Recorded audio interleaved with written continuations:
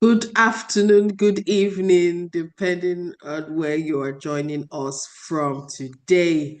Welcome, welcome to the September edition of our First Thursdays webinar.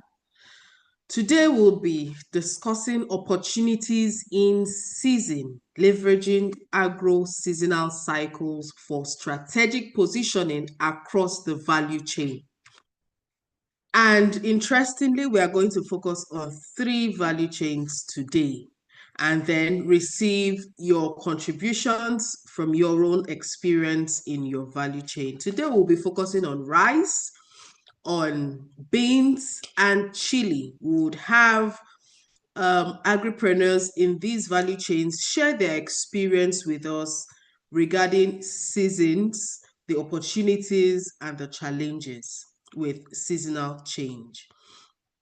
I assure you it's going to be interesting, it's going to be engaging. So sit tight, have your notepads, your pens, and take notes as much as possible. And please be ready to share your own experience as well. And before I proceed, if you have any other agripreneur around you that this class, this webinar will be important or relevant to the person, quickly share that joining link to them so that they join before we go far into today's session. So don't hold this to yourself alone. Share the link right now, the joining link right now, and invite other persons within the sector to come and join today's conversation.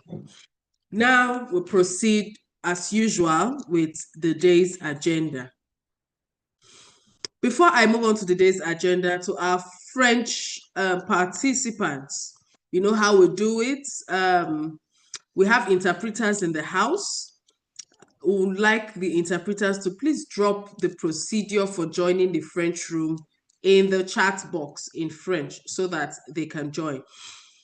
But if you're listening to me, quickly log into the meeting on Zoom and mute your audio as soon as you enter. Click the interpretation button fourth from the right and select your preferred language.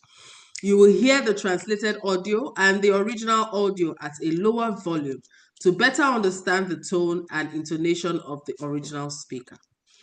If you wish not to hear the original speaker, click mute original audio to hear only the interpreter. For you to enjoy this feature, I mean the interpretation feature, you must be joined by your computer audio or you have your Zoom app on your phone to participate and enjoy this feature. So in the chat box, our interpreters will drop the procedure in French language, so that we can proceed. Drisa, please do that for us. Drop in French language in the chat box how our French participants can proceed, can join the French room and listen to today's session in French. Moving on, we'll go through the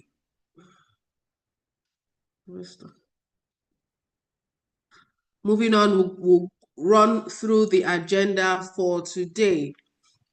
Like I have welcomed all of you, we would introduce ourselves, run through housekeeping, and have a pulse check. We'll connect with AFC, learn a little about AFC, about our community and the opportunities from the AFC Hub. And then we'll have our panel session. We'll introduce our panelists, and then we engage our panelists and have the question and answer sessions. And then we'll move on to take pictures, next steps, and then we close. For housekeeping, please, to engage, we encourage and invite everyone on the call to engage as much as possible, but we can engage and engage without a lot of distraction. So use the expression buttons such as the raise hand if you want to speak, you raise your hand up.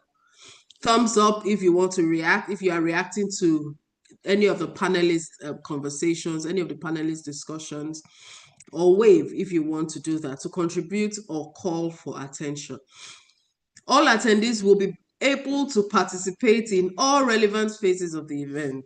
Kindly use the chat to contribute and send your questions. So engage as much as possible in the chat box.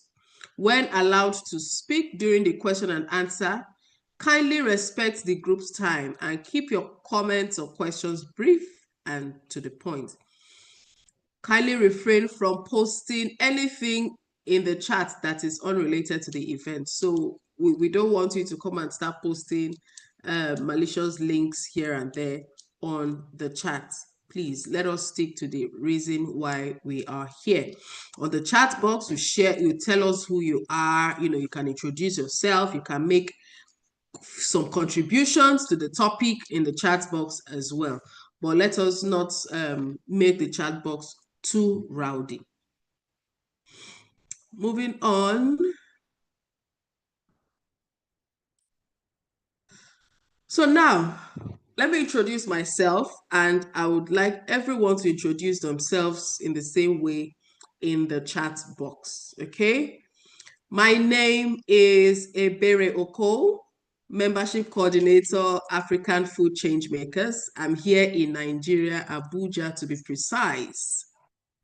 Now, I would like you to come to the chat box, tell us your name, your country, the kind of business that you do, the kind of products you sell or promote. Let us know what you do in the chat box. Like I say, every time that we gather like this, we are business people. It's an opportunity to network. So quickly introduce yourselves, tell us what you do, and tell us what country you are joining us from in the chat box. Who knows, you may find a new customer today, you may find a new supplier, you may find a new partner in the chat box. So feel free and introduce yourself.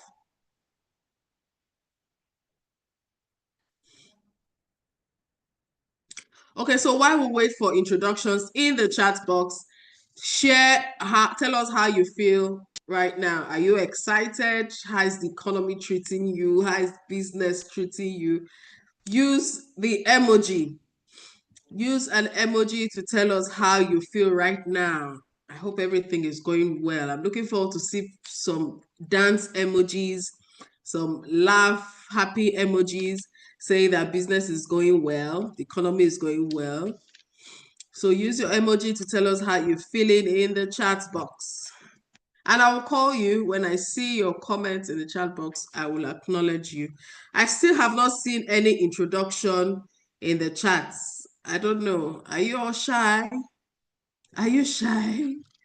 Drop introduction in the chats. Tell us what your name is, the kind of business you do, where you're joining us from. Hi, Joshua Ishola, very regular and consistent member of the AFC. Nice to have you here again with us. Joshua is in Abuja, Nigeria, into processing of soya bean into soya cake and edible soya oil, processing of sorghum, sesame, and ranges of spices. So if you're on this call and you need to work with a business person doing something with soya bean, sorghum, and sesame, you should connect with Joshua Ishola. Nice to have you on the call. Okay, so let's move on while every other person keeps. When you decide to drop in your introduction, I would definitely recognize you. I would say what you have introduced yourself as and enjoying people to connect with you. So now it's time for you to learn about African Food Changemakers. We would have the introduction video about African Food Changemakers. So sit tight, watch, listen, and learn more about us. Thank you.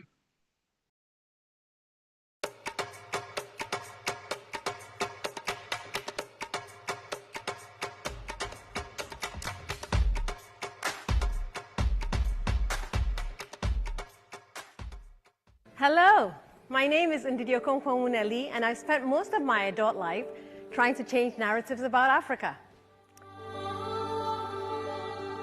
What struck me when I moved to the US was that the face of Africa was a hungry child. I'd go to dinner parties and people would say, oh, my mom used to say, finish your dinner. There are starving children in Biafra or Ethiopia or Eritrea. I'd see, pictures of these starving children in infomercials, in train stations, and it just made me so angry because that was not the face of Africa that I had grown to recognize in my own backyard.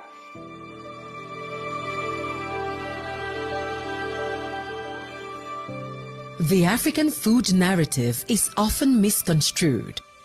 What if we told you a different story?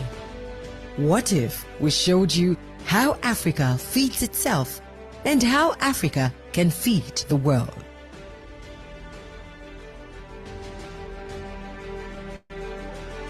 Meet the African Food Changemakers, a community of entrepreneurs changing the narrative about food in Africa.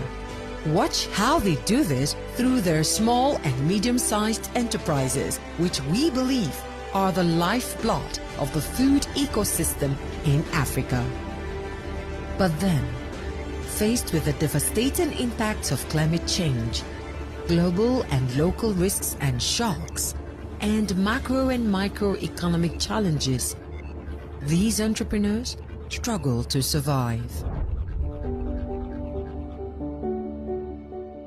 Through training, funding opportunities, exposure, trade linkages, and a vibrant community fostering peer-to-peer collaborations, we're empowering entrepreneurs for global reach and recognition.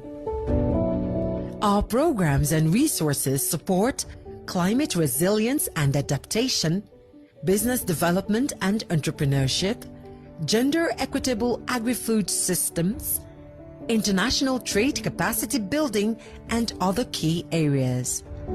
With significant impact made since 2022, we are growing our community one agripreneur at a time and spreading our reach across the continent.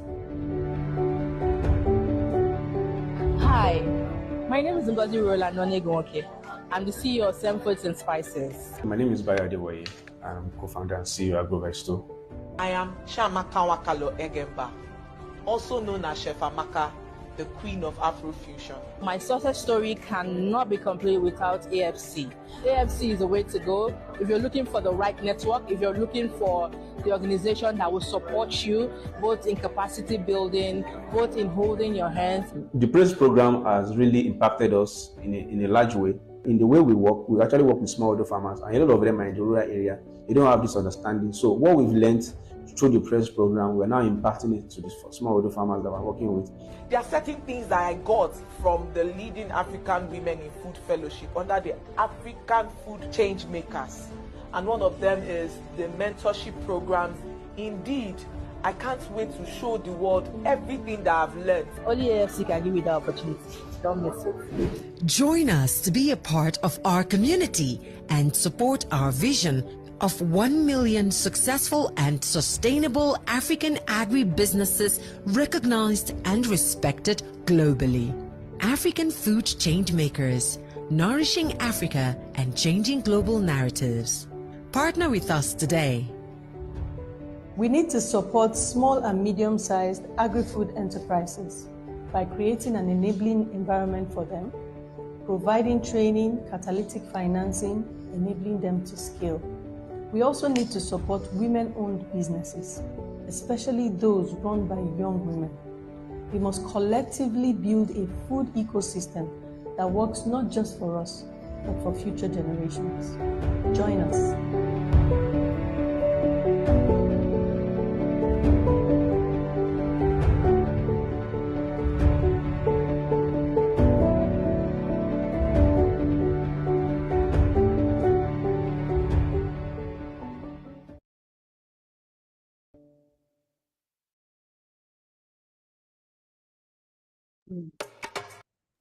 Now we know about African Food Changemakers. I would hand over the virtual mic to my colleague, Sylvester Barau, to tell you more about the AFC community and the many opportunities that we have on the hub. Over to you, Sylvester. Okay. Good afternoon, everyone. Good afternoon, Barry. Thank you for joining us on this session today. A very warm welcome to everyone.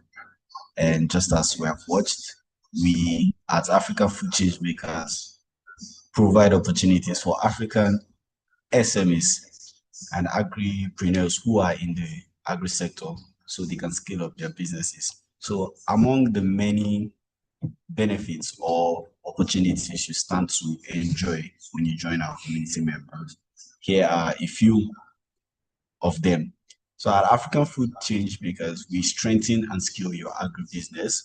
We prepare you and your business to enter the new African and global market.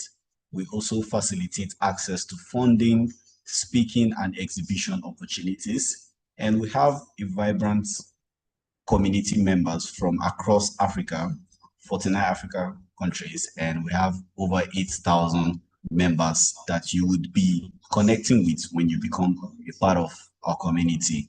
And we also have access to our resource hub and our marketplace. And just as the name implies, a marketplace is where we all come to buy and sell our products and services. So we have a marketplace where you come in, you post your products or your service, and you have people patronize you from different countries. And the resource hub is where we provide you with opportunities, from funding opportunities to events to capacity building to trainings and data that you can use to read and scale up your businesses.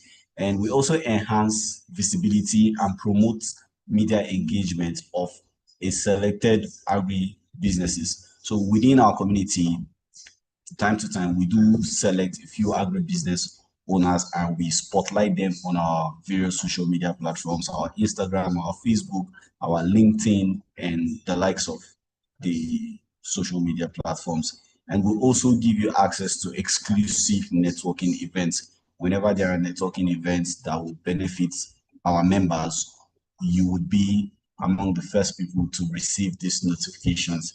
And we also provide global market linkages to our community members. So here are just a few of the benefits you would stand to enjoy when you become a part of the community member.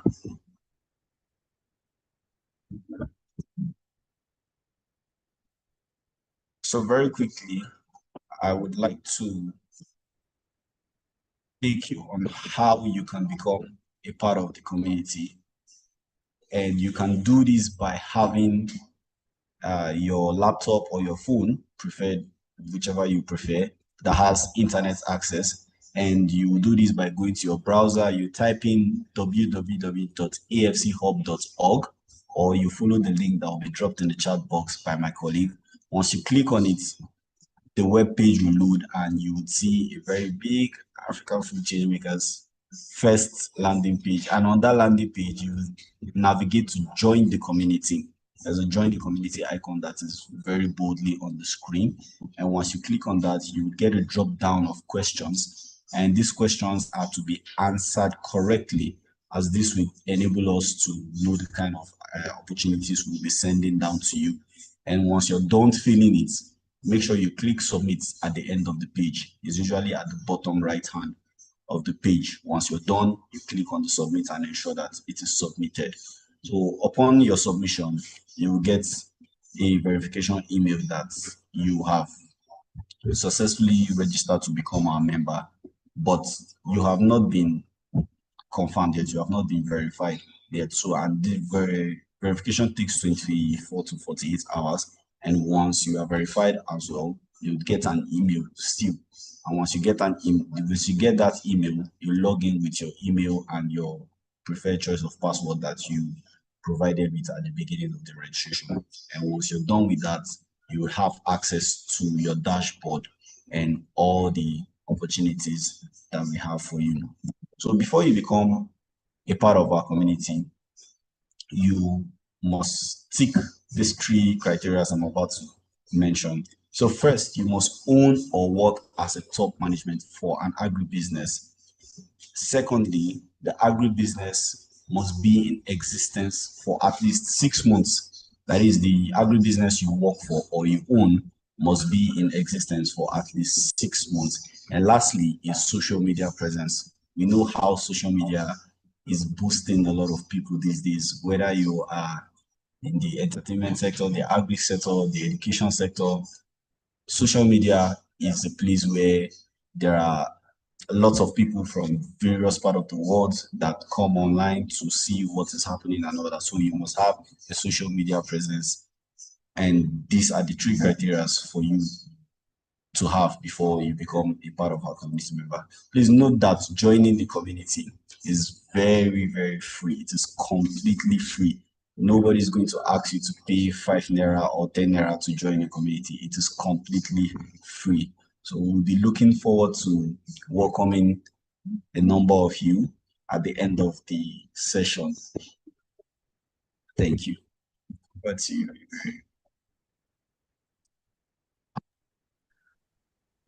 Thank you so much, Sylvester.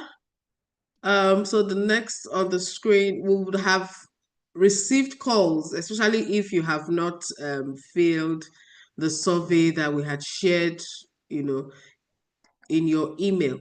You would have received calls from our data collection officers encouraging you to fill the survey. It is, if you have not filled it, please oblige us, fill the survey, tell us how your business is going and what your business needs are. This will help us design tailored products, tailored programs and initiatives for your business. Moving on, please. So we'll move the next on your screen you see is how you can refer other agripreneurs to join the AFC community. So if you're already a member, just know that you have a unique members referral ID and you can find it in the settings on your dashboard. So you need to log into your dashboard, go to settings and share your unique members referral ID so that people can join the AFC community. And once they join the AFC community through your link, we would recognize you as one who has referred people to join the community. Thank you so much for your support so far. Thank you for your engagement so far. Now we'll move on to why we are here today. So today, for those of you that have been very regular, that have been attending our First Thursday programs, you will see that today's session is going to be different. Our theme, like I had mentioned today, is opportunities in seasons, leveraging agro-seasonal cycles for strategic positioning across the value chain. We know that as agripreneurs, farmers, processors, and the like, we all know how much the seasons impact our work. The in season, off season, out season, and all of that. We know how all of this impacts our work. They bring different challenges: delayed rains, gluts, price fluctuations, wastes, but they also open up opportunities if we know how to prepare and position ourselves. That is why today's conversation is going to be really, really, really exciting. We have amazing agripreneurs with us who are navigating these cycles in different value chains, and I'm sure their experiences will give us practical lessons we can all take back to our businesses. Please join me in welcoming Mary Jane Awai, CEO of Farmcraft Foods Limited. She's a dynamic agripreneur and the founder CEO of Farmcraft Food Limited, a Lagos-based food processing company redefining Nigerian cuisine. With a marketing background from the University of Uyo, she bridges the gap between farmers and global markets through innovative, ready-to-use bean products. I think that's what we call beans, right? Starting Farmcraft with just 6,000 naira, she has grown the company to generate over 2 million naira in monthly revenue, expanding into the UAE market and secured 3.75 million naira in funding. A graduate of the Orange Corners Nigeria program, her leadership emphasizes resilience, food safety, and market-driven innovation. Beyond business, Mary Jane is passionate about empowering women and youth in agriculture and enjoys singing, beach walks, and solo parties. Interesting. Welcome, Mary Jane. Nice to meet you. Team member, please spotlight Mary Jane. And the next on our panel is Kabiru Mohammed Dambaba, a trained agronomist and entrepreneur with over a decade of experience in Niger State's agricultural value chain. As president of the Young Farmers Association and Niger State Rice Farmers Cooperative, APEX, he has spearheaded initiatives that boosted productivity, improved food security, and empowered youth across the state. In 2024, he facilitated the cultivation of 2,000 hectares of rice, expanding to 5,000 hectares in 2025 through strategic partnerships with full irrigation support. Recognized as Young Farmer of the Year, well done, by the Niger State Ministry of Agriculture. Kabiru has also consulted for commodity associations and collaborated with USAID, Agra, One Acre Fund, and Winrock International to advance sustainable farming and farmer resilience.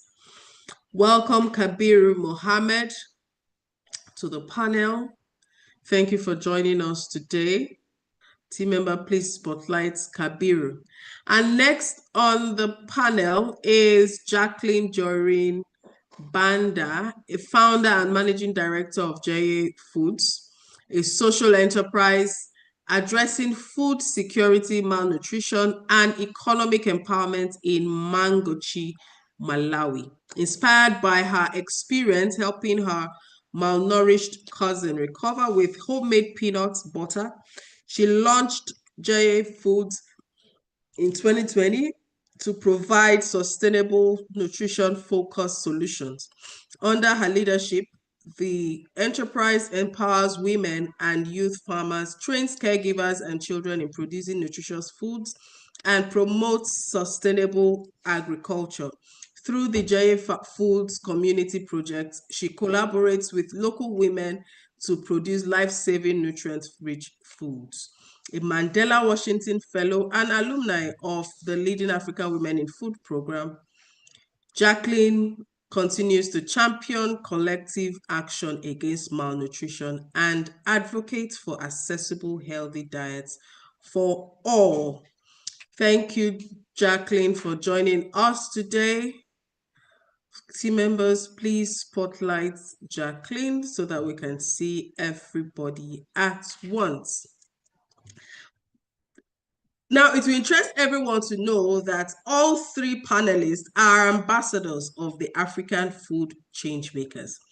And you know, we don't just select ambassadors, we select agripreneurs who are doing impactful projects in their own value chain. And these three have come with their wealth of experience to share with us.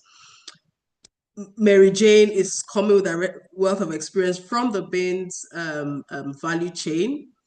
Kabiru is coming with his wealth of experience from the rice value chain. And Jacqueline is coming with her wealth of experience from the chili value chain. Thank you so much for joining us today.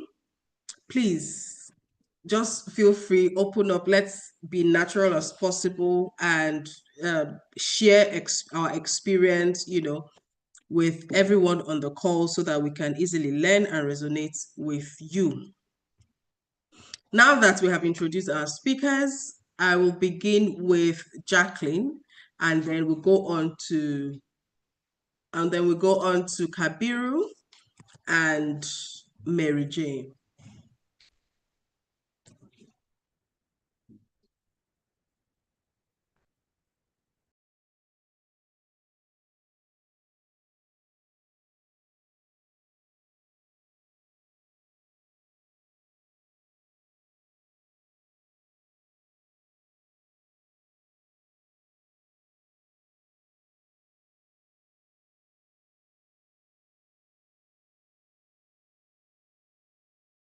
Oh, pardon that glitch, please. Pardon that glitch, please. All right, so moving on.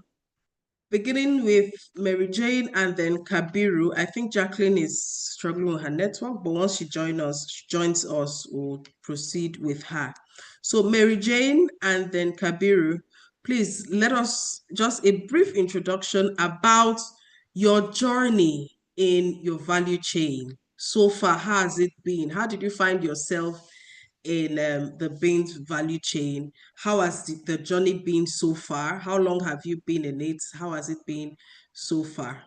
So beginning with Mary Jane, kindly introduce yourself, just a brief introduction as to how you started off in your value chain. Thank you so much. Thank you, Ebere. Good evening and happy new month to you. Thanks for the opportunity to share my story and also inspire others in this particular session. Thank you. My name is Mary Jane. Like we hope we can hear me very well. Absolutely. Okay, my name is Mary Jane Awai, like we all have heard, and you've already read the biography, right? And yeah, so I started selling beans. I would say in a layman English, I started selling beans, like I started putting beans on my head for like 5 years now. 5 years ago, I began the journey of trying to revolutionize the way we handle beans. You know, like we Africans, Nigerians especially, we love beans, we eat beans, but you know, beans is just everybody see beans like every other thing. There are beans. Why will a young lady, why will a fine girl, why will a fine girl start selling beans in Nigeria on the streets of Lagos, on the street of Instagram, on the street of all the social medias? Why should a young girl do so? So growing up as a child in the city of Calabar, right, I wasn't really a beans lover. I never used to eat beans because of the stress involved, one. Secondly, growing up as a teenager, I realized that my father was going through hell, like always constipating, right? Always constipating, always complaining of piles, and at the same time, his blood pressure was always going up, and he was always taking medicine, always taking English medicine, taking Agbos and all those things. Then I was like, in 2018, 2014, in my second year in school, University of York, I realized too that myself, I'm also constipating. Sometimes when I eat a particular food, I have to be in the toilet for like minutes, hours. The last one was like 2 hours. I was trying to poo, the poo wasn't coming out, it wasn't going in, and I realized that I lacked the basic fiber. You know, we eat gari, we eat all those things, but the fiber that is supposed to help me break this food down and let me excrete normally was lacking in me, and I just started looking for the cheapest kind of food, the normal day-to-day food that we can actually get without going to the bank and all these things. And my, you know, but it's late now.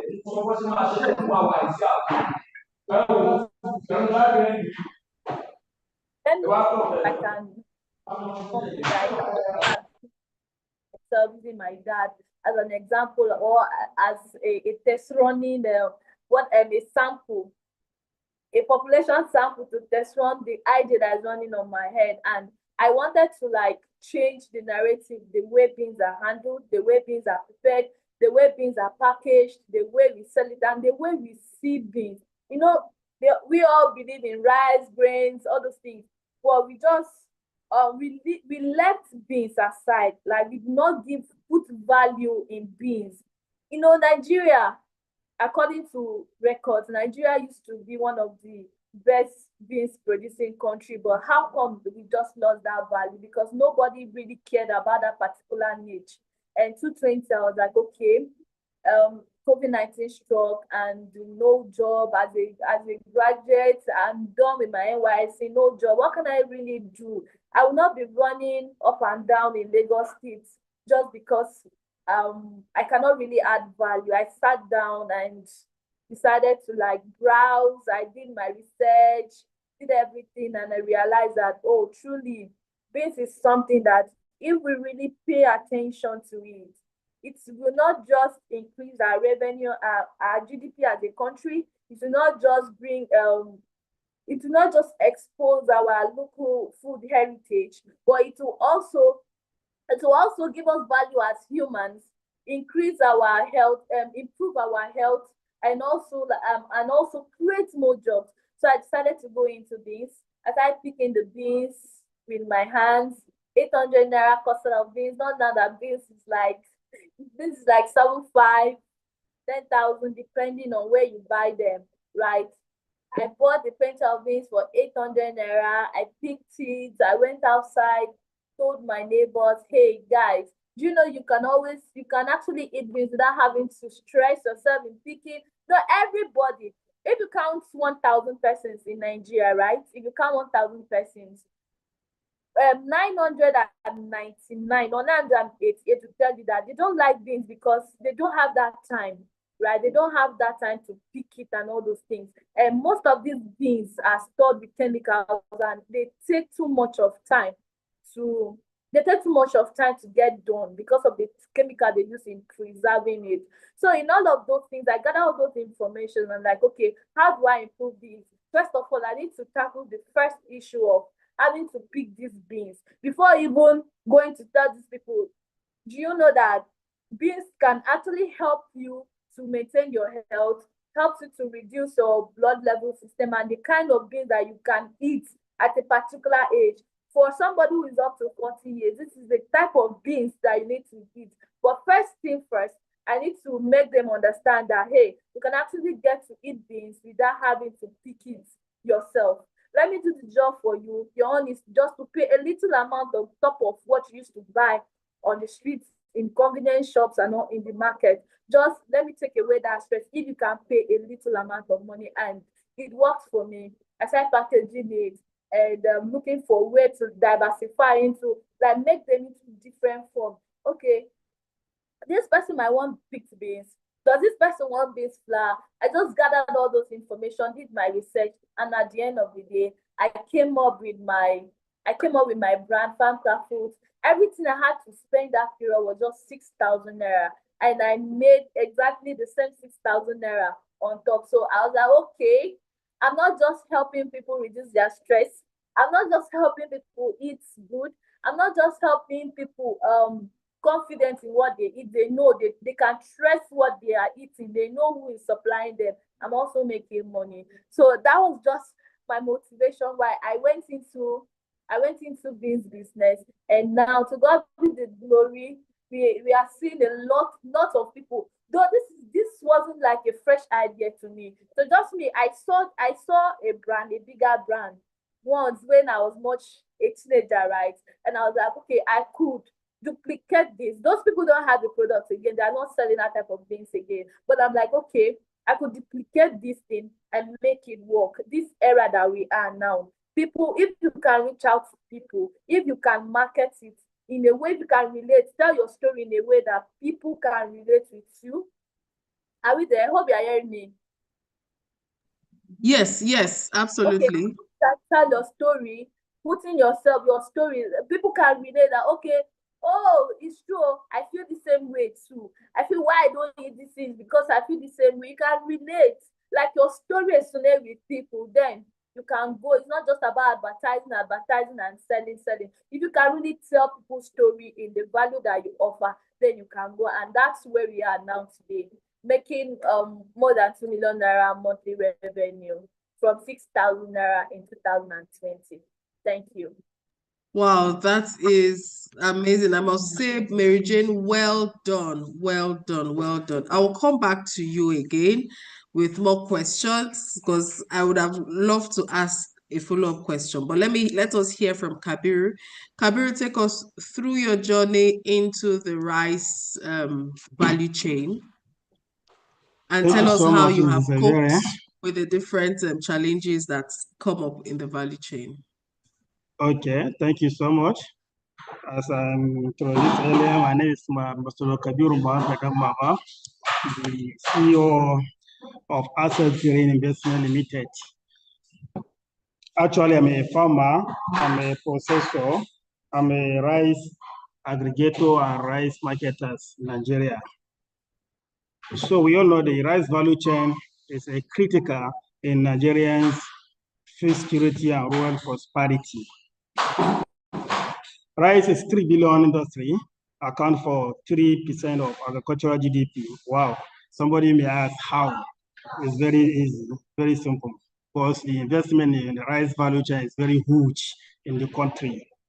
Then rice is the second most consumed Nigerian cereal that amount for 22% in the total consumed crops in Nigeria. After the rice, after the maize is the first in the table that has 37% most consumed crops in the country. But the second one is rice. So actually we need about 10.6 million metric tons to meet up with our demand. That is the consumed demand in the country. But unfortunately, the current production of rice in Nigeria is about 7.2 million metric tons. You can see the gap is huge.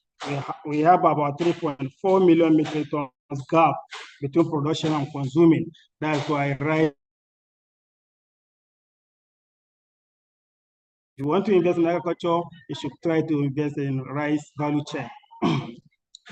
I started my journey as a smallholder farmer, cultivating 1 hectare of land in small village in Labu local government area of Niger State called Sachi. As a smallholder farmer, you know there are a lot of challenges you may face because you are as a first timer. As I just graduated from school, I decided to enter into this agriculture because I believe agriculture has a very large space for employment as a youth. Unlike before, after graduation, the youth will depend on the government to give them a white-collar job. But now it says no, there are a lot of investment, there are a lot of opportunity in agriculture. That's why I choose to be a rice farmer in my state. So as a smallholder farmer cultivating 1 hectare of land, you know, the challenge is much because you have a limited resources, limited experience. You don't even have the land. You may lease a land from the community, from the farming community.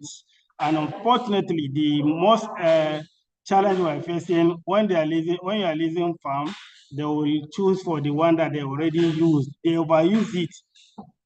It's no longer fertile. That's the land they give it to you. You be battling, investing on it, buying much chemical, much to get at least what you have spent on that land. That's the major challenge of the smallholder farmers. And you may not have the experience. You have to follow the farmers. How do you do this? How do you do that? That's part that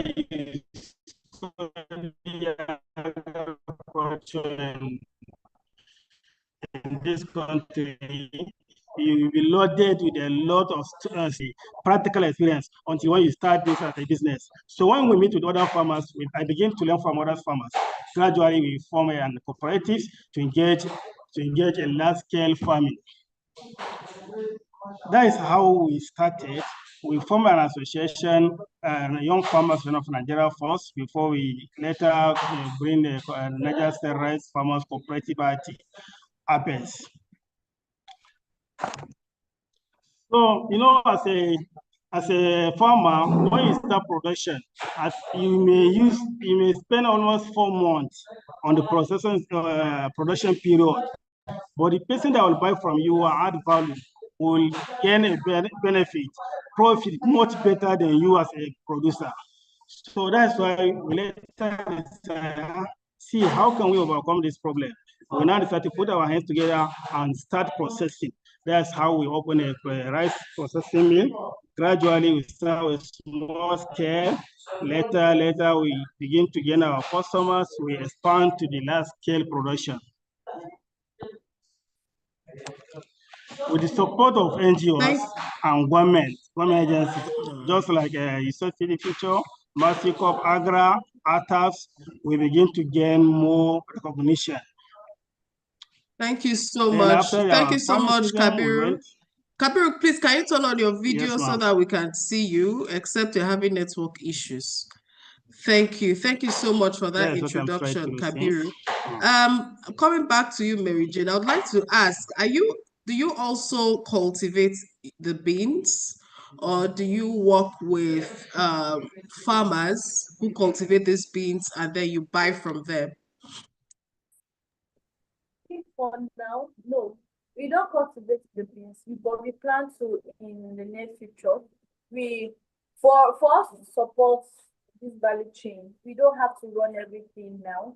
So we partner with farmers in 5 states in the north. Farmers from Niger State, Taraba State, Maiduguri, Nasarawa, right? So we partner with smallholder farmers to buy beans in bulk and bring it. Okay, but is your business affected by seasonal cycles, and what seasons? What are the off seasons and on seasons for beans?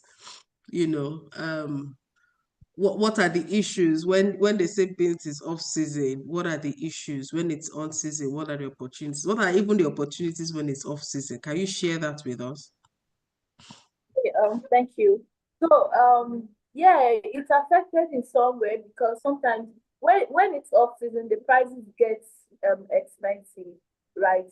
The price it's very expensive when it's off season. When it's on season, the prices reduces. But recently in Nigeria, the price of beans fluctuates, right? It might be cheaper today, and tomorrow you go, there's an additional like 15,000 naira on top of it. So we really cannot tell when it's off season of beans and when it's not. But because we have partnership with these local farmers, so what we do is they already know that we buy in bulk. So what they do is when they have beans, they sell to us and we buy in advance too. Right? We buy in advance too. Sometimes like we are not really, let's say we are not really affected because we don't buy in the open market, right? Because we don't buy in the open market, these farmers know that we would need beans and we stock them. When they are off season, we stock them, we preserve them in a best natural way. We don't use chemical, we stock them and produce them. Since they are adding value, it stays, the shelf life stays longer than if you're not adding value. So we buy them in bulk, add value, and we store them the way we store them. And when it's off season, we still sell at the same market price like when it was on season. That's why somehow we have price advantage, competitive advantage, because we buy in bulk and we buy them when they are on season in bulk, and when they are off season, we don't have to worry about anything, and there is continuous production year in, year out.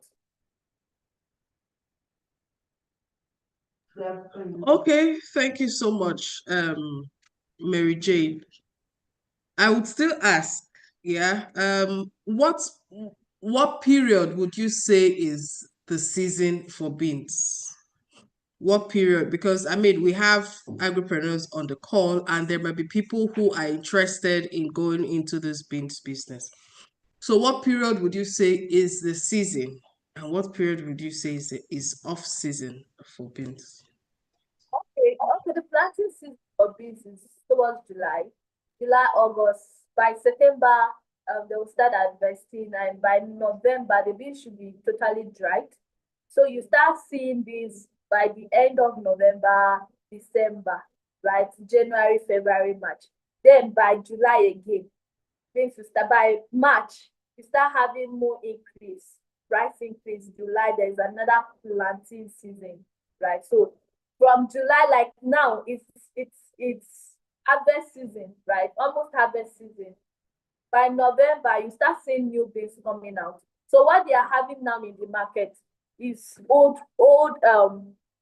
stock, what they harvested last time. So by July, August, September, planting season and growing season. By November, you start seeing new beans coming out, fresh beans coming out. And by January, March, the beans must have stabilized and well dried before another extinction. So if you are planning to buy beans in bulk, just wait till November, December, January. You will see beans, new beans, and fresh and reduced price. November, December, January. Okay, thank you so much, Mary Jane. To the participants on the call, I know that everybody on this call belongs to one value chain or the other. So go to the chat box, tell us the value chain which you operate in and the seasonal challenges that you face in your value chain. Let us discuss as agribusiness, as a community. Let us discuss as a community and share ideas and experiences. And when I see them on the chat box, I will call you out and we'll talk about it. While we wait for your comments, I move on to Kabiru. Kabiru, so what is the season like for rice? When would you say is the season for rice, and when would you say is off season for rice? You can't get rice this period.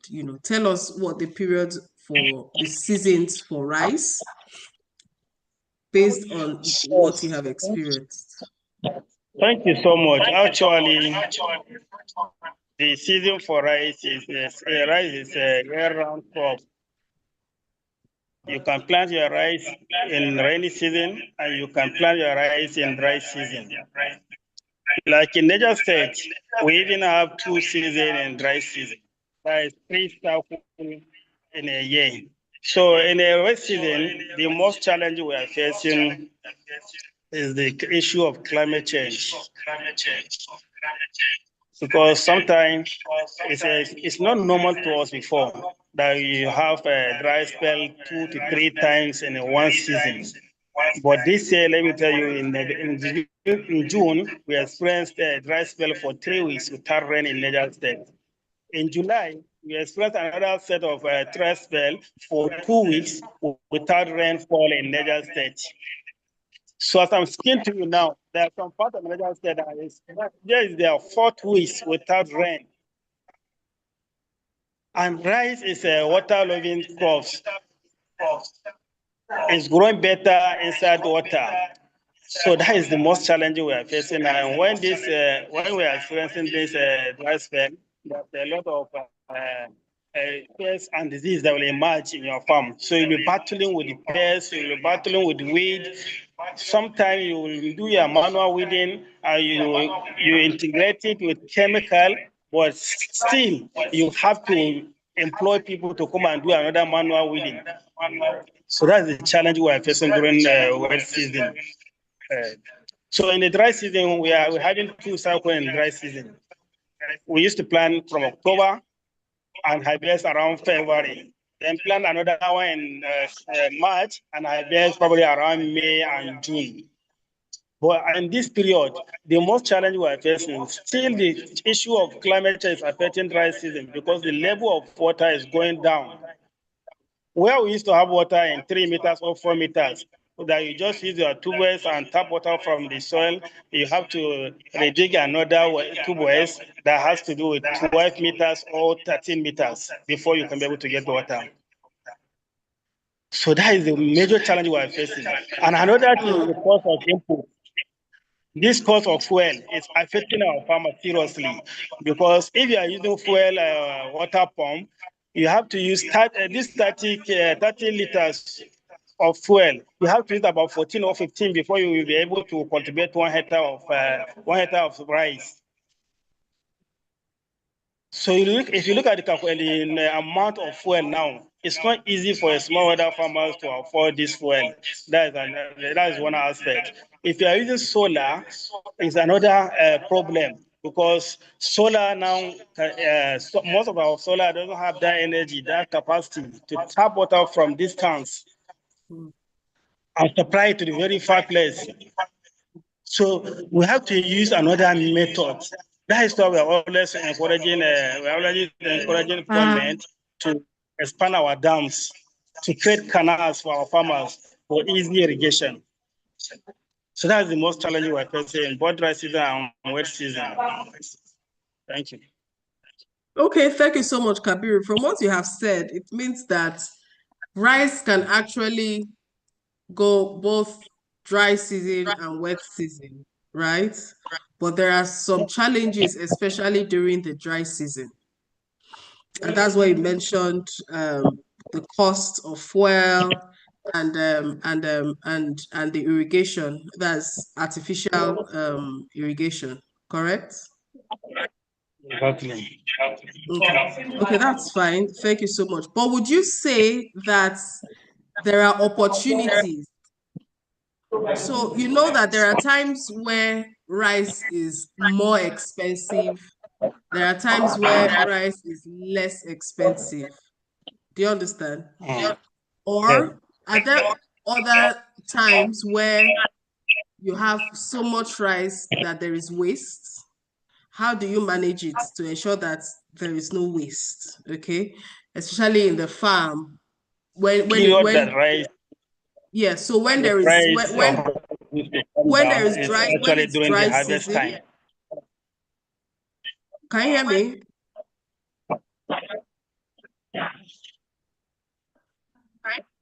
Yeah, I can hear you now. All right. Please So when come back again. yes, I'm trying to identify both the challenges and the opportunities. Okay, you have mentioned the challenges, right, in this different season. And I'm saying, what are the opportunities? So when you are having dry spells and all of that, what do you do in the meantime? So what are the opportunities around that? Yes. Yes, actually, like what we are doing now, we used to integrate. We used to employ the smart farming. In rainy season, we used to augment our rainy season with irrigations. That is why in our farms, you will find out we have irrigation alternative for irrigation. When there is the dry spell, then we change to irrigation and put water into our farms. So Okay. the time when the it comes down, we used to aggregate rice because there's a lot of opportunity during this time. We used to collect rice from our co-farmers, our cooperative members, and aggregate the rice, store the rice for some time, like 1 or 2 months. The price will also goes on. That is when we begin to have our buyers from company, from millers, those that are milling. Then they'll come down and buy at higher price. So you see, there is a lot of opportunity. When other people are seeing challenges, other people are seeing it as opportunity because we have people that used to buy rice at the cost of 18,000, 20,000, 25,000. But in 1 month or 2 months, you will end up selling your rice 50,000 or 55,000 naira. So you look at the incomes.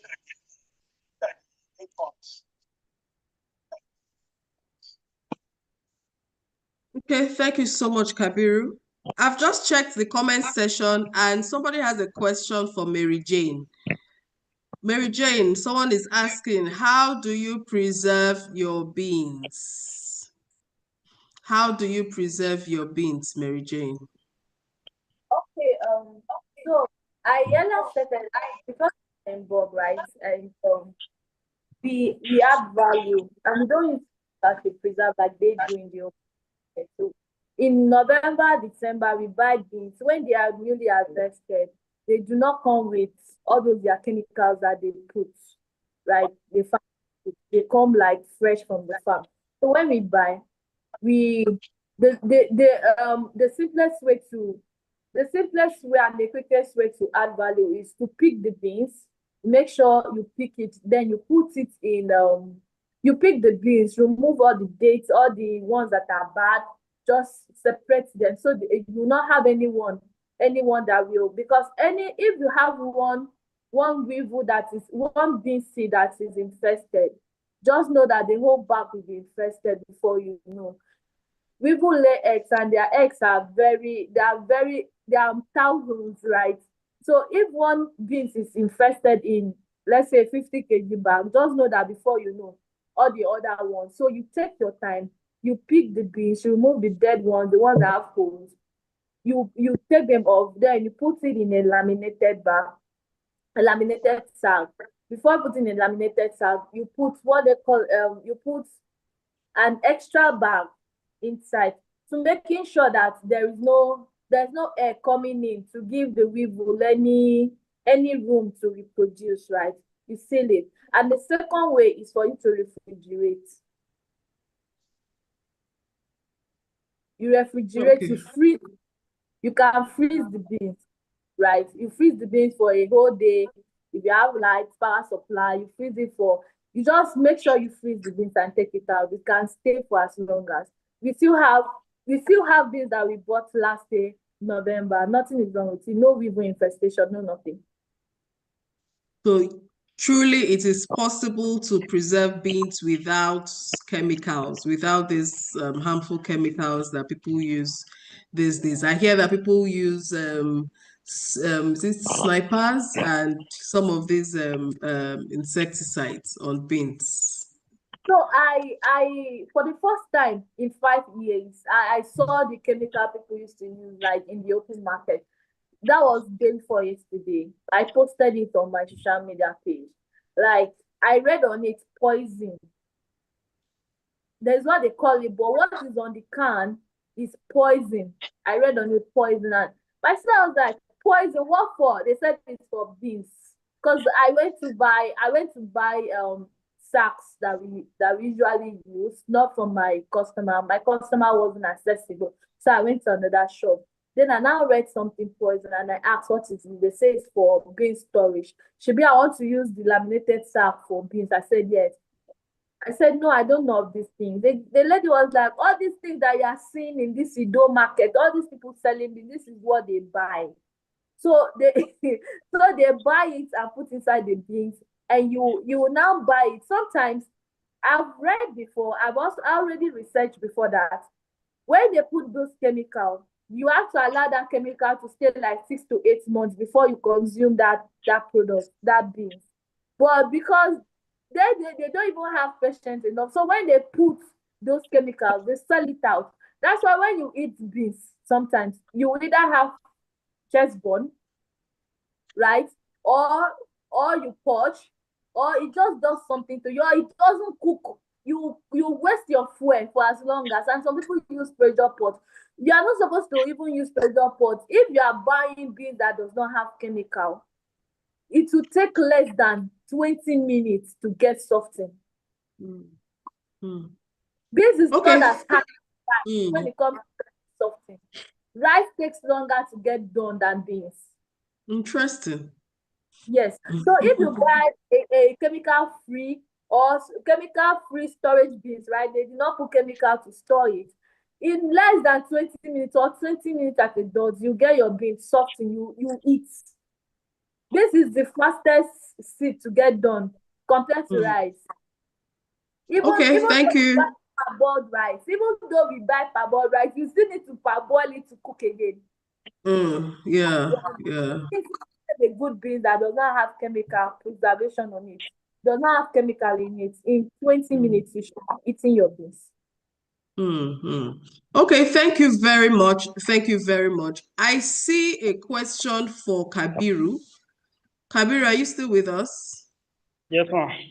Yes, I see a question for Kabiru. Aliyu Abdullahi is asking. He said that you said you can cultivate rice in both cycles. That you need more explanation. What do you mean by, what are the cycles for cultivating rice? I think Aliyu just needs more explanation. How do you do it? At what months do you go in? When do you harvest? What are the cycles? I think that's what Aliyu needs help for. Yes, actually, in Niger State, we are blessed with the landmass and water body in Niger State. We have the largest landmass in the country, over 76,000 square kilometers of landmass, with 4 major dams in Niger State. So actually, we are taking advantage of that, our dams, that our water body, to cultivate rice more in the country. That's why we are the highest producer of rice in the country. Actually, what we do is after we harvest our rainy season rice, then in October we start preparing our land. You know, rice is the most variety we are planting now is Faro 44, which is the duration is 120 days, 110 days if you maintain this very well. So within this 120 days, if you plant around October, probably October, November, December, January, in February, you are expecting to harvest that your first cycle of dry season. When you harvest, as you are harvesting your rice, you are still making another land preparation. Rice is unlike maize or soybeans or other crops. No.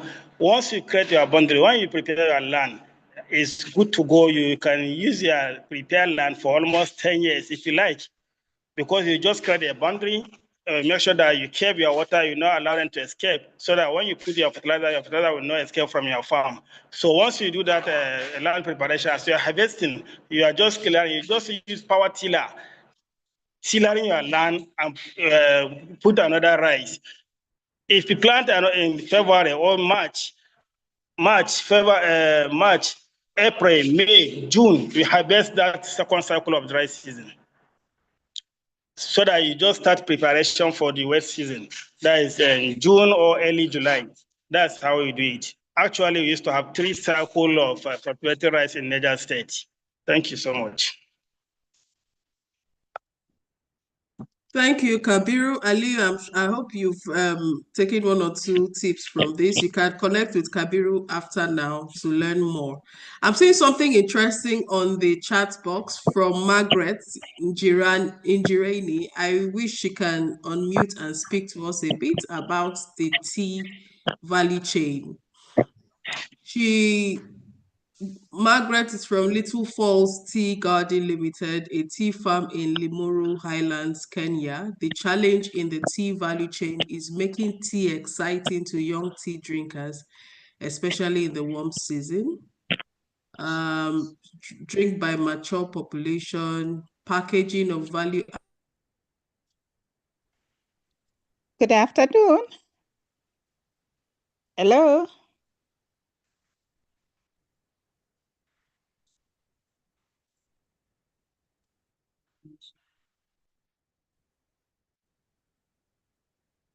Okay, sorry about that. Network just pushed me out. If you can hear me, please indicate in the chat box. I was reading a chat from Margaret, sharing her knowledge about the tea value chain.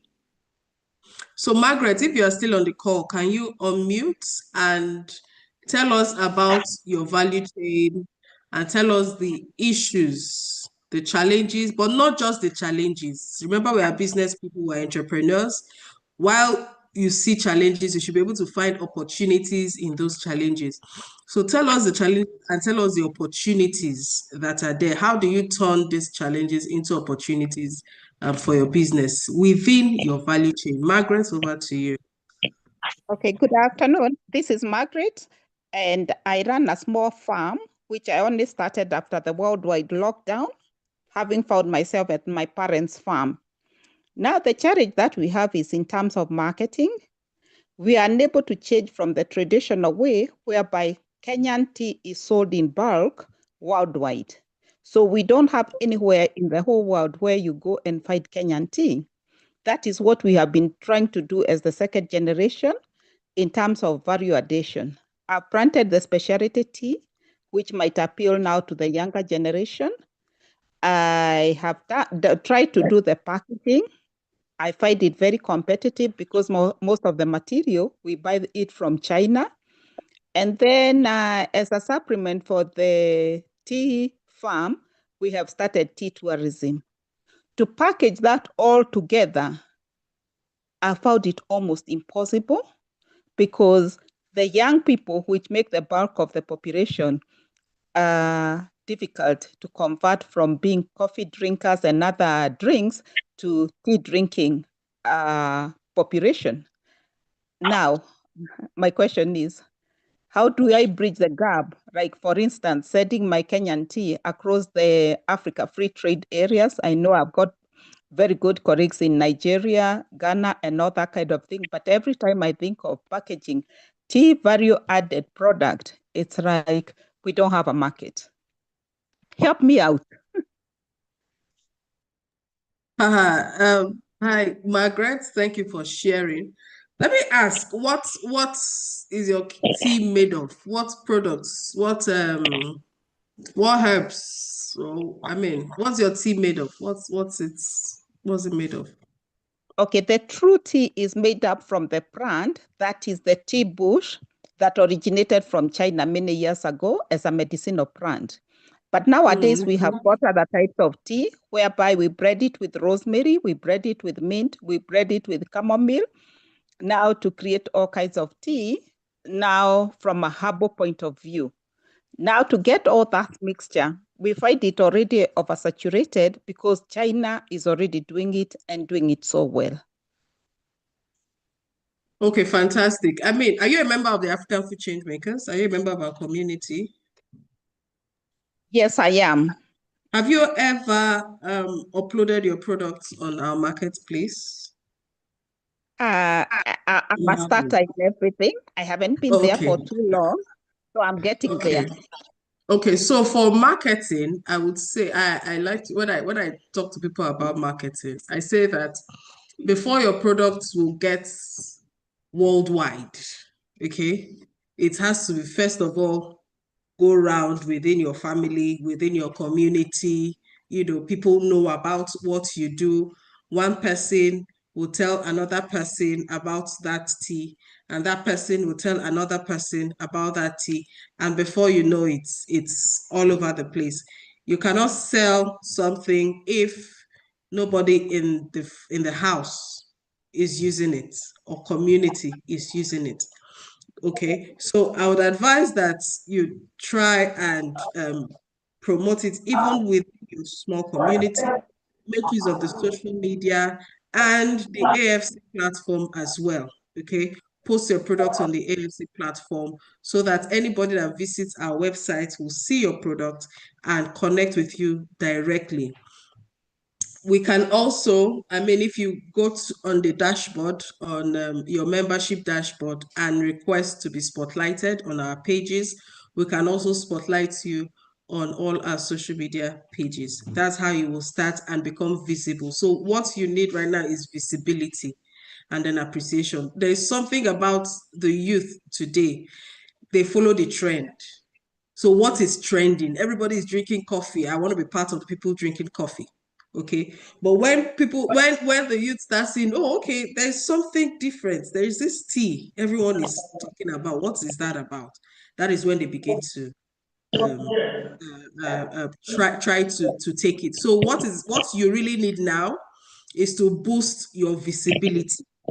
Okay, work on a strategy to help you boost your brand visibility, create a trend around it, let people see that, okay, there's something different from tea. And then you can also interview some youth in your community. You can conduct a focus group interview within your community, okay? Focus on the young people.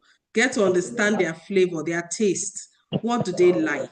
What do they enjoy? Why do they do this? You know, if there is a substitute to this drink that they're always having, would they love it? Would they like to try it out?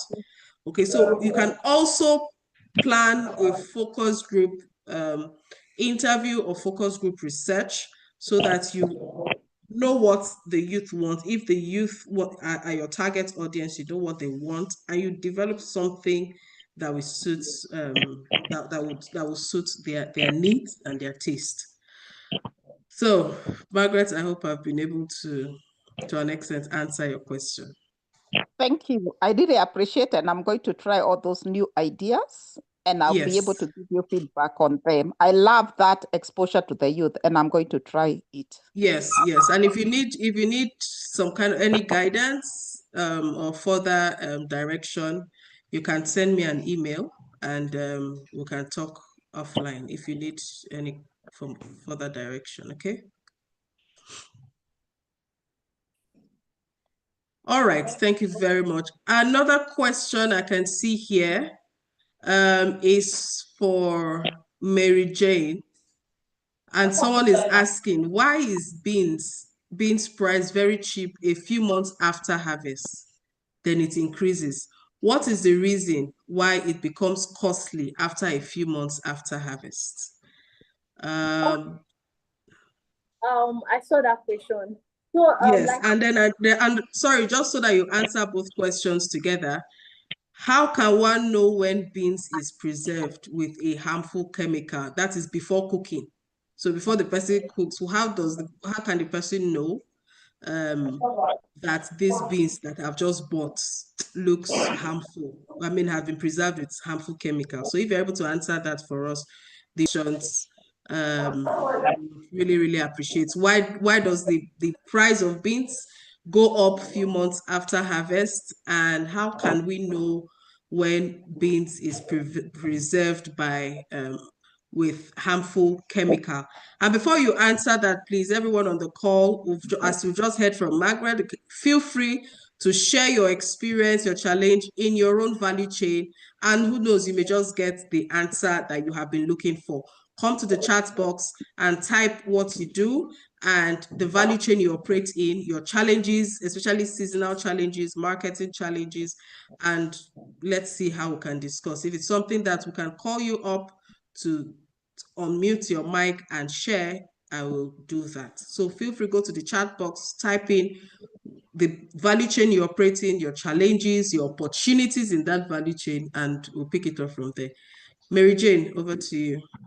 Okay, thank you so much for that question. So, I earlier mentioned before that recently, in the last 2 years or so, beans, you cannot really predict beans price, right? This is to be one of the most cheapest thing you can ever get in the market, especially the open market. Not even to talk of going direct to the farmers, right? But in the last 2 years, we realized that beans is like something that rich people now eat. Now, like ginger, there has been an outbreak on beans. They call it beans Ebola, right? And this outbreak has really caused the beans market to shrink. The market is fluctuating because of this beans Ebola, just like the outbreak that is affecting ginger now. So most farmers, aside security factor that is affecting people farming these beans in the northern part of Nigeria, right? This outbreak also affected. So most farmers, when they plant, they don't get the projected amount of harvest that they actually expected, right? So let's say in 5 farmers, maybe like 2 almost meet up with their projection and the rest didn't. So if you are saying, okay, this is bean season, right? This is in season, and at the end of the day, you don't get what you expected when it is on season. It's because, one, some farmers did not farm because of security reasons. Secondly, maybe they did not really get the harvest they expected, the projected harvest that they expected. And the people who still say, okay, we are going to farm, come rain, come sun, right? They want to meet up for the next season. You know, at the end of the day, when they harvest, they still keep some for planting. And some people that did not meet up with their harvest, they didn't have good harvest, would want to meet up by increasing the ones that are selling. They want to increase the price so that next season they will have what to plant and what to take home for themselves. So aside security factor, the harvest security factor that is farmers are not farming anymore. That's the problem. Farmers are not farming. Farmers in Kaduna, because of the insecurity, they are driving them away, especially Kaduna, kidnapping and killing and all those things. So I actually did a little research about why beans is expensive when I went to Kaduna, and all those farmers were like, oh, the insecurity is too much. When farmers go to the farm, they don't come back, they kill them and they take their farm, and all these animals, They breed animals in their farm. At the end of the day, they know what they plant is not what they get. And I'm not sure it's something, except they tackle this insecurity reason. I'm not sure it's something. I'm not sure it's something that will beans will ever go back to where the price it used to be anymore. And just like I said, fungal diseases and all those things usually affect it. So if, like we said last year, the price of beans was very high. This year is not as high as it was last year. No, last year you could buy a pointer for 14,000, 17,000. But now, according to the farmers that we buy from, they said, oh, that the last harvest was a little bit okay, more than what it was last year. So we now have a little price. But now, this is the twist. You might think this is on season, right? This is on season, and beans is going to be cheaper. In November, people stock beans, a whole lot of bags. People stock millions, but thousands of bags in November. Let me tell you, March this year, March, April, when was Salah? We bought beans for 75,000 in the north, like open markets in the north. Those farmers market 75,000. In April this year, it was as low as 35,000 naira, and it was not even on season. So aside the on season and off season and security issues affecting beans, celebration period also affects the price. In the north, Salah will affect the price by reducing the price because some farmers want money to use and enjoy Ileya, Salah with their families. Meanwhile, in the southwest here or in the east, in December, food skyrockets. Instead of to come down, it will increase. So during Salah period, the price reduces. Immediately after Salah, the price increases. So the prices of beans now, you cannot predict it. So if you're adding value, if you are doing anything in the beans value chain, you should go to the source, go to the farmers direct, so that you know how to plan. You project your revenue, how to plan your cost and everything. But if you are saying you buy in the open market, you can never meet up, because today you will go to the open market, is this price, tomorrow is either it's down or it's up. So the price fluctuates because of all these factors. You really cannot put your hand on a particular price when it comes to beans now as it stands. Okay, thank you so much. Thank you so much, Mary Jane. How about the second question? How to identify beans that have been preserved with harmful chemicals? Like I said, there's no beans to buy in the open market that does not have this harmful chemical, because when the farmers harvest, this is what they do. They do first in, first out, or first in, first out. They use the FIFO method in selling in the open market. So what they do is, when they harvest new beans, they'll store those ones, and they'll sell the one that they have preserved with chemical. Okay. You get. Thank you so much. Thank you, Mary Jane. Let me quickly read what I'm seeing here on the chat. Hello all, this is Winnie from Kenya, Migori County. I'm in the avocado sector, specifically the Hass variety. Glad to be here. Winnie would like you to share one or two challenges and opportunities regarding seasons in the avocado sector. If you are up for that, let me know. Philip from Lilongwe, Malawi. He has a product called, oh my goodness, I don't think I'll be able to pronounce this, but it is a nutritious flour porridge, I think, in Malawi.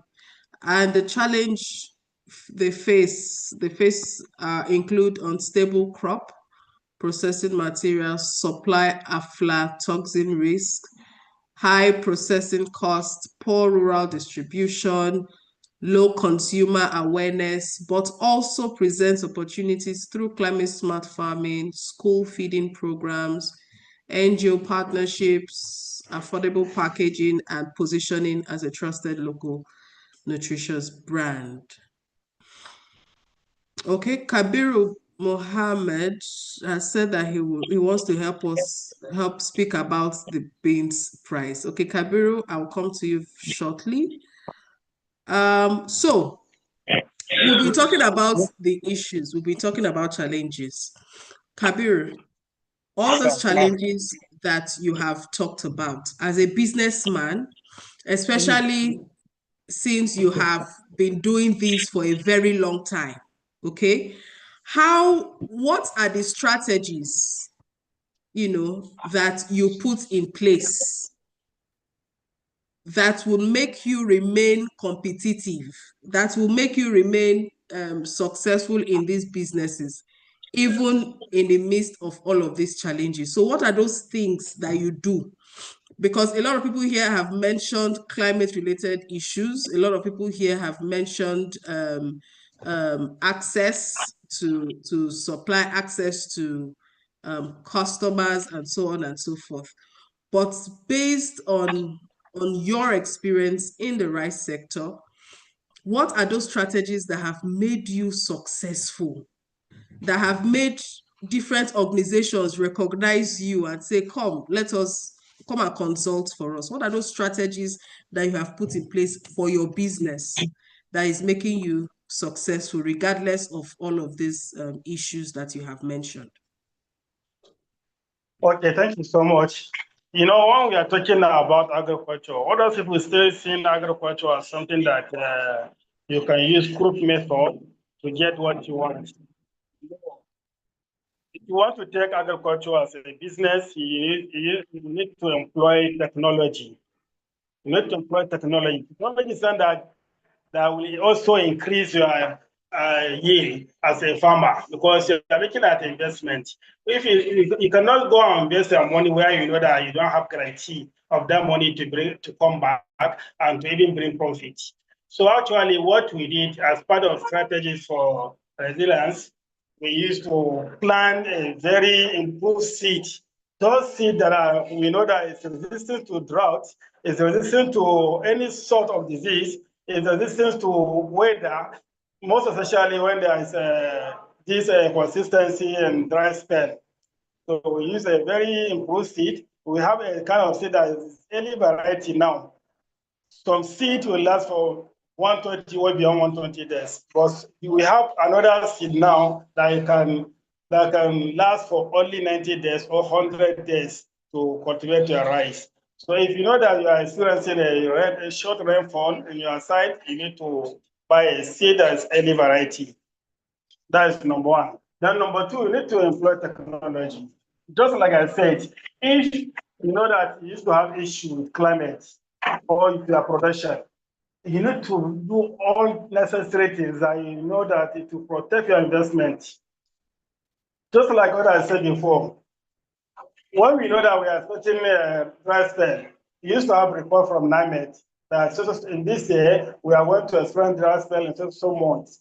So we need to prepare very well using that report so that we cannot go and waste our resources. Actually, we used to integrate our farm with full range of irrigation facilities so that any rainfall pattern will not affect our farm. When there is much of water, when there is a constant rain, there will be time that rain will be much, even if there is a low water level crop, there was a time that water would be much for rice. We use our machines to draw water out of our farms. So when we experience dry spell or drought, we use our machines to pump water into our farm so that dry spell will not affect our farm. So actually, if you want to be constant in this business, you need to employ everything that you know it will not affect your business. So actually, we use technology, we use improving, we use quality input to make sure that we remain consistent in this business. Then another thing, sometimes that used to affect our farmers is price. When you are based on a program, maybe you use very expensive input, but you end up getting low price at harvest. So what we do at that period, we used to save our crops, to save our rice, dry it very well. Then we mill it by ourselves. We process it, we add value to it so that we can have a good buyer at the end of it. We don't rush your crops. Just do it gradually. Take it process this in a good packaging, send it at your comfort. One day, people will now come and give you a better price and take your goods. But when you are in hurry to sell your product after harvest, immediately after harvest, that's when you end up selling your product in low price and you cannot even get what you spend in your farm. So that is the strategy for a reason. Very, very, very educative. Thank you so much, Kabiru. And this strategy that you have just shared now cuts across every value chain.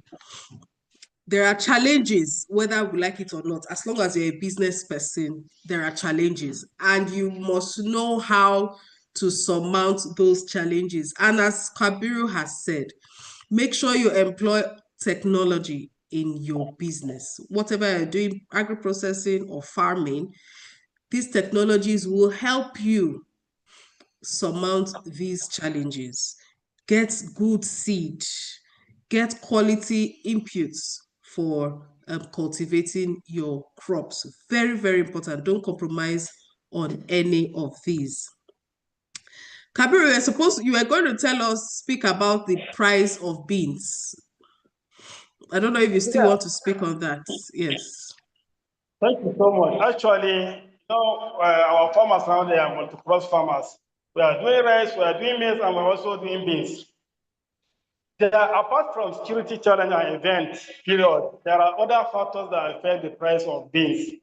Mostly because beans is not an import crop. We don't import beans from anywhere. We only eat from what we produce.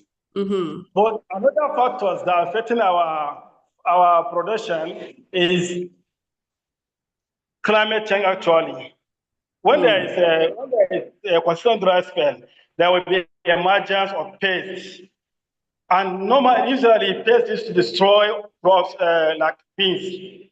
It will destroy beans. So when pests destroy beans, in that period, at the end of the harvest, it's going to be a general something, because at that, if rainfall stop and these pests continue eating these beans, we will end up getting low output at the end of harvest.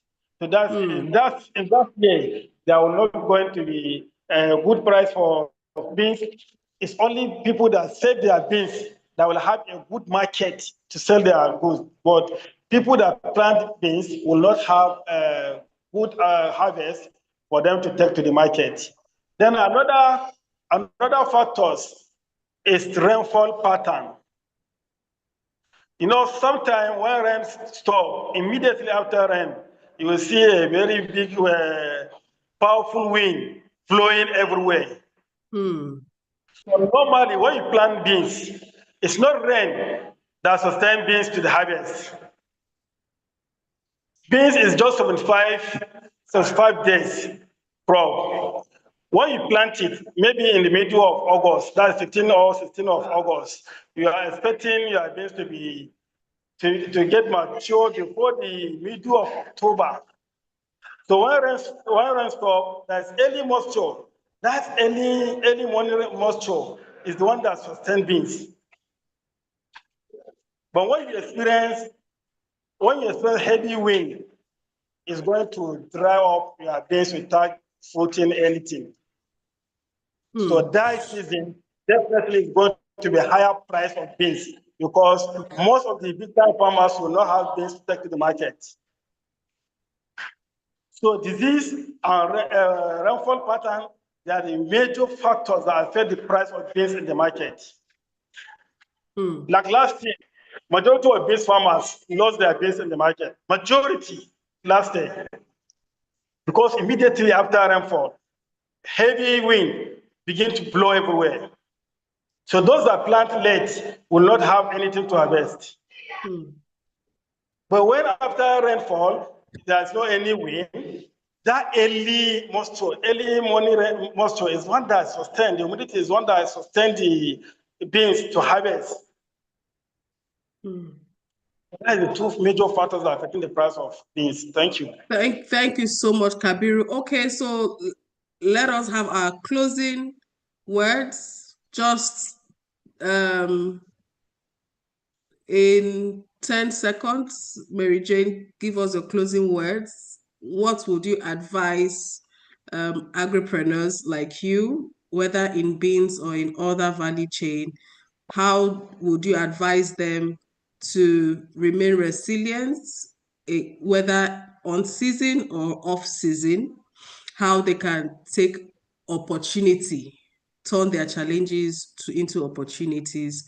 So you just share, just in few lines, just to advise agripreneurs, and then when you are done, Kabiru, in very short, even if it's like 10 to 20 seconds, just tell us in your closing remark what you advise agripreneurs to do as a closing remark. Mary Jane, you first. Thank you. My advice is stay consistent. Go to the direct source. Look for direct supplier, and you'll not just make your profit, but you can have traceability advantage over every other person in the market. And overall, show up, keep showing up, and find the best possible way to improve yourself and your brand every day. Thank you. Thank you so much, Mary Jane. Show up and try as much as possible to improve your brand. Kabiru, closing remark, 10 to 20 seconds, quickly. Sorry, what's actually, your advice? I'm advising my co-farmers to embrace the habit of forming group, because if you form group, you have a good chance to benefit from various interventions as a farmer. Even a bank cannot give you loan when you are alone, cannot guarantee, because they don't have guarantee that their money will come back. But when you are in group, each one of you will guarantee each other. So it's only when you are in group that you can be able to achieve what you want. There was a season that maybe you may not have a lot to finance your growth, but when you are in group, other group members will support you from what you are saving annually to augment to your farming, so that at the end of season you pay them back. So I think group formation is very, very important as a farmer, because even when you invest your product, you need to aggregate your product in one place and take it to a good buyer. But as an individual, I cannot do that. So that's my advice to my co-farmers. They should learn the habit of forming group, and keeping record is very, very important as a farmer. Thank you so much. Thank you so much. Now, everyone, give our panelists a round of applause. I want to see a lot of clap hands going up in the chat box. Thank you so much, Mary Jane and Kabiru, for your time, for sharing your experience with us. It has really, really been educative. Thank you so much. To everybody on the call, remember, you must stay resilient. Whether these challenges come or not, you can't afford to break down. Just keep going, keep researching, keep asking questions. And like Kabiru said, don't do it alone. Join a community, join a cooperative. And if you have not joined AFC, join the AFC community, because bi-weekly we hold experience sharing sessions on our WhatsApp pages, so that these we'll keep sharing this experience and success stories in there. And just like Mary Jane said, connect, know who you are buying from. If you're a buyer, if you're a processor, make sure you are connecting with the original suppliers, the original producers, and build your brand. Be intentional in building your brand. Very, very, very important. At AFC, we'll continue to share knowledge. We'll continue to share knowledge resources for you to do better in your businesses. The money that we give is not in cash. It is not in paper. The currency we give is knowledge, is information, and you can take it anywhere and make your business thrive. Before we proceed, before we go on, I would like everyone to turn on their cameras so that our team member will take a picture of everybody. So turn on your cameras and let us take a picture.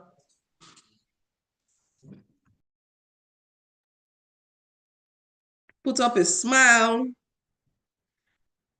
Everybody should please smile.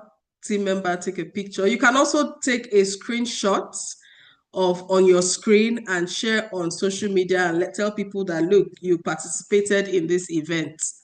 You participated in AFC's First Thursday. Hi. Hi, Hey, Margaret. How are you doing? We're back in Abuja. It was nice to meet you. You are muted, actually. Okay, team member, yes, team member, have you taken the picture? All right. Thank you so much for your participation. So put up the slides and let us finish up. Yeah, we're still getting a round of applause for Kabiru and Mary Jane. You see how a lot of people enjoyed your session. Thank you so much for taking time to be here with us. We really don't take it for granted. Now that we have had the group photograph, we usually play a game. And if you have been with us for a very long time, I'm sure this will not be an issue for you. So look at this, look at your screen now. There are 4 pictures, and these 4 pictures mean only one word. Only one word. And let me give you a clue. No, let me not give you a clue yet. I need the first person to type in the one word that these 4 pictures represent. Type it on the chat box. If you can see my screen, you will see that there are 4 pictures, but these 4 pictures mean one word. Tell us what this means to you. I'm seeing knowledge, I'm seeing drought, no. I'm seeing knowledge, sustainability, certificates, no. Look at everything and then come up. Okay, I think we have a winner already. We have a winner already. Let us see the next slide. We have a winner already. Our winner is Sheila Mbe. Let's give her a round of applause. This is Braze. You can see the first and second picture. You can see our certificates. You know, you would know that this is Braze. Let us give Sheila a round of applause. If you don't know what Braze is one of our capacity building program, building resilience against climate and environmental shocks. We train you on how to keep your business thriving, whether there is climate change, whether there is environment issues. There are strategies that we'll share with you to ensure that your business keep going, your business keep producing the right yield that you desire. That is what the building resilience against climate and environmental shocks is about. So congratulations, Sheila. You would send us, please reach out to us and please, next slide, please, so that you would see your reward. Next slide. So the gifts for you, Sheila, I would like to know. Sheila, please turn on your audio. Let us talk. Yes, I'm listening. Fantastic, Sheila. Okay, so what business do you do? What do you do exactly? I'm the founder of Grow and Feed Patrons, and it's an agribusiness venture that focuses on transforming organic waste into sustainable farm inputs. For now, we are doing animal feeds and organic fertilizers. Fantastic. Okay, so will a spotlight on our social media pages add any value to your business? Do you think it's something that you would love? Yes, it would be very great, especially now that the venture is quite young. We started in January 2025. So this would be a great position to talk about or to bring awareness to what we are building. Fantastic. Okay, so immediately after this call, send us an email, okay? And we will communicate with you. We'll connect you to our communications team who will work with you in knowing the kind of content we will promote on our social media handles. All right. And when we eventually make this post, make sure you collaborate, make sure you share on your own social media handles as well. So congratulations and thank you for being with us. Are you a member of the AFC community? Yes, I am. Fantastic, fantastic. Okay, so thank you very much for participating. Thank you, everyone. Now everybody say brace. Well, Sheila got it first. So now you know the answer is brace. Thank you all for participating. Let's have the next slide.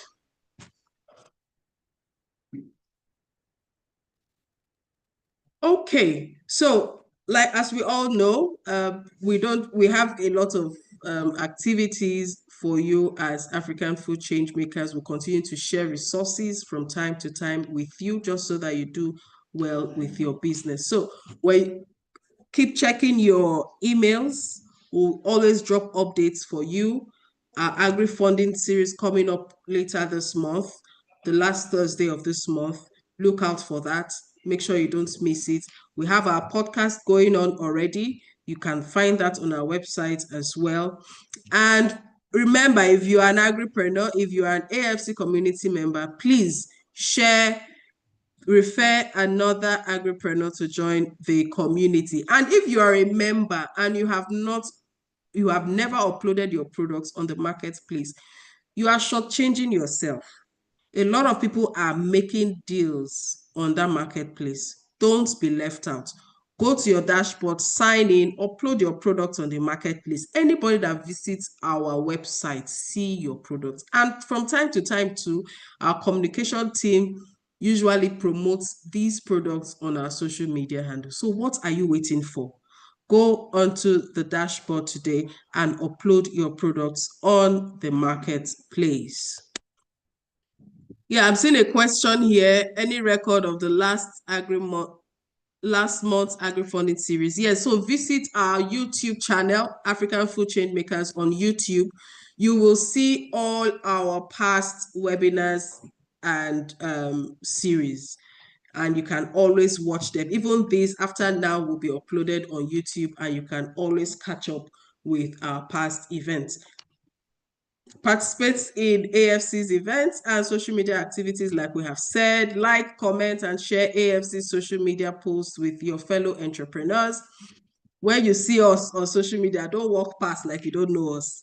You've benefited from us. You've shared knowledge and everything with us. So you should be part of us. Don't hesitate to like, to share, to comment on African Food Chain Makers post on social media. Utilize the AFC Marketplace and upload your products. I've said that. Join the WhatsApp group. Stay connected through the AFC membership community. Engage with other entrepreneurs using your membership dashboard. Make posts on the dashboard so that people can see what you do. Source for opportunities available from your membership dashboard. There are a lot of opportunities we post on our community, on the dashboard. There are funding opportunities, training opportunities, fellowships, exhibitions, networking. Don't miss it. Share the goodness of African Food Chain Makers with your colleagues. Like I've said, refer a friend. Thank you so much for joining today's session. Don't forget to subscribe to our newsletters.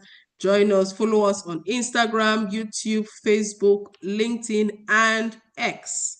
And we'll be looking forward to connecting with you on the last Thursday of this month, September, for our Agri Funding series. Thank you so much for joining. I'm seeing one question here. Oh my goodness. Before we close, team member, please come and respond to Amin Khadija Gombila asking, how do I become a member? The team member will drop the link, the joining link right away so that you can click on it and register to become one of us. There's another question I would like to ask. Are there any physical AFC chapters for meetups in Nigeria? Oh, yes, we have AFC members all over Africa, of course, in Nigeria as well. And we're planning our end of year meet and greet here in Nigeria. So I'm looking forward to connecting with you, Otobong. If you are a member, you will definitely get our emails. If you are not a member, please register to become a member so that you can connect with other AFC members here in Nigeria. Thank you so much for taking your time to join us today. Looking forward to meeting you next at the AgriFunding series last Thursday of September. Have a wonderful evening, everybody. Ciao.